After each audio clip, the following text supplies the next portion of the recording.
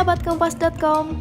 Kali ini, tim Kompas.com berkesempatan untuk mengintip proses pengelolaan sampah dari bank sampah unit ke bank sampah induk yang bernama Bank Sampah Bersinar di Bandung, Jawa Barat. Bank Sampah Bersinar atau BSB merupakan salah satu pemenang challenge Plastic Waste to Value Competition dari Indonesia yang diselenggarakan oleh The Incubation Network loh. BSB berlokasi di Jalan Terusan Bojong Soang, Bale Endah, Kecamatan Bale Endah, Kabupaten Bandung, Jawa Barat. Sejak pertama dibangun tahun 2014, BSB sudah memiliki berbagai program. Tidak cuma terhubung dengan bank sampah unit, BSB juga mempersilakan masyarakat untuk menabung sampah langsung ke BSB. Tidak berhenti sampai di situ. BSB juga membangun kemitraan dengan perusahaan-perusahaan dalam pengelolaan sampah dan limbah. Bank Sampah Bersinar ini mengelola berbagai jenis sampah, mulai dari sampah organik, non-organik, pengelolaan elektronik waste, pengelolaan kain bekas, masker sekali pakai, hingga sampah popok bayi. Menurut informasi dari Direktur BSB, Fei Febri, sudah ada 855 unit bank sampah yang tersebar di 6 kota dan kabupaten di tanah air.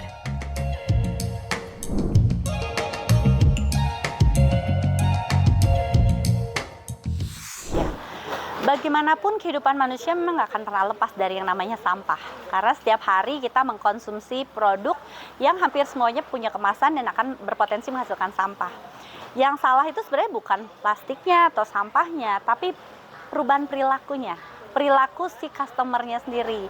Jadi kalau misalnya customernya selama ini habis makan, kemasannya dibuang begitu saja, itu akan numpuk menjadi sampah. Tapi kalau misalnya kita mulai tanggung jawab terhadap kemasan yang kita hasilkan, kita pilah, kita setorkan ke bank sampah, sebenarnya sampah tidak lagi menjadi masalah gitu.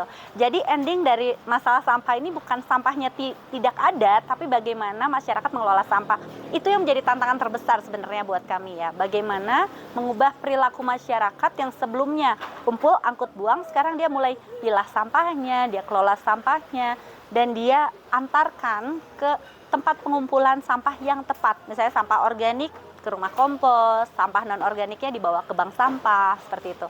Jadi bank sampah itu ada 3 pilar sebenarnya. Yang pertama, pilar lingkungan tentunya. Bagaimana kita menyadarkan masyarakat untuk peduli terhadap lingkungan. Mengelola sampah supaya jangan jadi kumuh, jangan bakar sampah, jangan buang sampah ke sungai, nah itu ke lingkungan. Yang kedua adalah pemberdayaan masyarakat. Bagaimana kita mengedukasi masyarakat, memberdayakan masyarakat supaya masyarakat ini sendiri dia dianggap berdaya. Kalau selama ini kan kumpul angkut buang itu dianggap masyarakatnya tidak berdaya. Dia nggak bisa ngapa-ngapain sehingga harus ada seorang tukang sampah yang ngajemput sampahnya kan gitu. Sedangkan karena kita tahu dia berdaya, dia mampu untuk memilah sampahnya. Bahkan kita ajarkan bagaimana membuat produk-produk dari sampah, bikin sabun dari minyak jelantah, bikin ekoenzim dan sebagainya. Kemudian yang ketiga adalah circular economy. Sebenarnya circular economy ini adalah salah satu yang memicu masyarakat itu juga mau sebagai reward lah istilahnya untuk masyarakat yang sudah memilah sampahnya. Dan tentu di circular economy ini juga bagaimanapun sebagai badan usaha, bank sampah induk ini harus punya profit ya. Walaupun jokesnya itu bukan profitable tapi profit tipis gitu ya.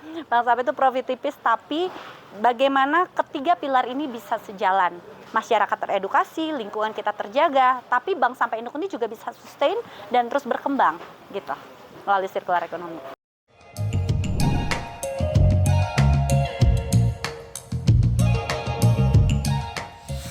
Jadi sampah itu dikumpulkan, dipilah dari rumah, lalu masyarakat akan membawa ke unit yang terdekat dari rumah mereka.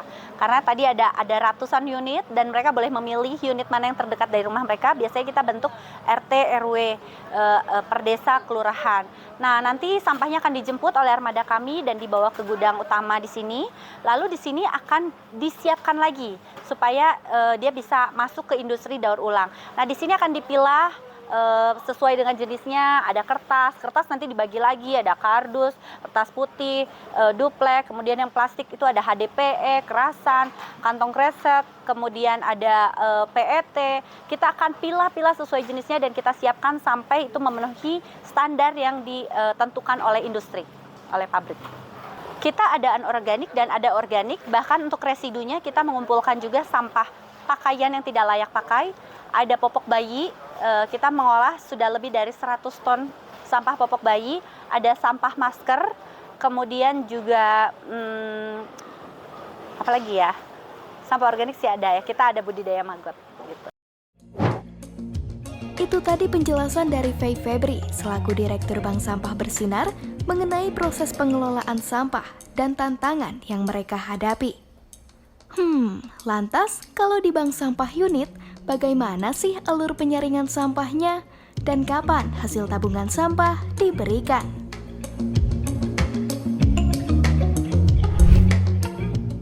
Tim Kompas.com juga berkesempatan untuk mampir dan melihat proses penabungan sampah di salah satu bank sampah unit, yakni Bank Sampah Asri yang terletak di Jalan Kopo, Gang Paras di Dalam 4, RT 02, RW 07, Kelurahan Situ Saer, Kecamatan Bojongloa Kidul, Kota Bandung, Jawa Barat. Di sana, sampah yang disetor warga akan dicek dan ditimbang oleh petugas atau pengelola. Pengecekan tersebut bertujuan untuk melihat jenis sampah yang dibawa para nasabah. Setelah sampahnya ditimbang, hasil timbangan dan harganya akan dicatat di buku tabungan nasabah. Kemudian, hasil dari tabungan akan dicairkan 2 kali dalam setahun.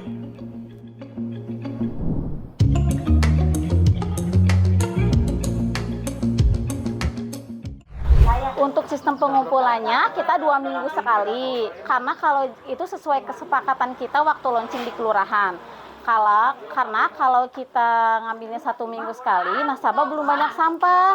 Apalagi kalau kita mengadakan 1 bulan sekali, mungkin sampah sudah sebesar apa. Jadi waktu yang efektif itu, waktu dulu saran saya meminta ke Pak Lurahnya untuk 2 minggu sekali aja. Iya.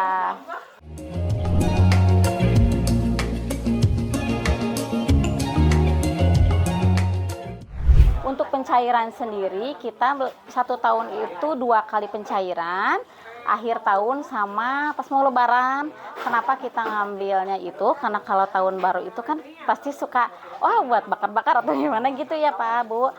Jadi kita selalu menghitungkan tahun baru sama kalau lebaran kan pasti kebutuhan rumah tangga. Jadi kita sama gini Bu, kita nggak mematok kita harus pencairan itu pas di waktu-waktu yang pengurus tentukan. Misal ada keperluan ngambil nggak apa-apa, tapi 1 hari sebelumnya karena kita harus ngambil dulu kan.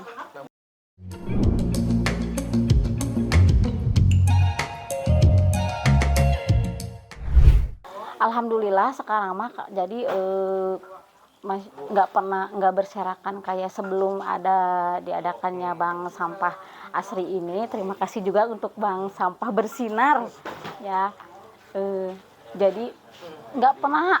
Jadi sekarang mah banyak masyarakat yang sadar juga Pak. Jadi nggak cuma sampai masyarakat yang terlihat, bahkan mereka tuh mencari. Jadi berniat sekali mencari.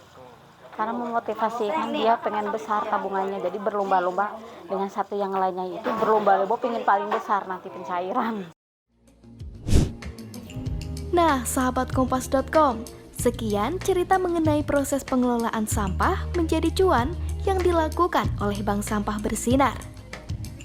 Ternyata dari sampah kita bisa menghasilkan uang dan membuat kita lebih sadar dan peka akan kebersihan di sekitar kita ya. Saksikan video menarik lainnya hanya di Kompas.com, jernih melihat dunia.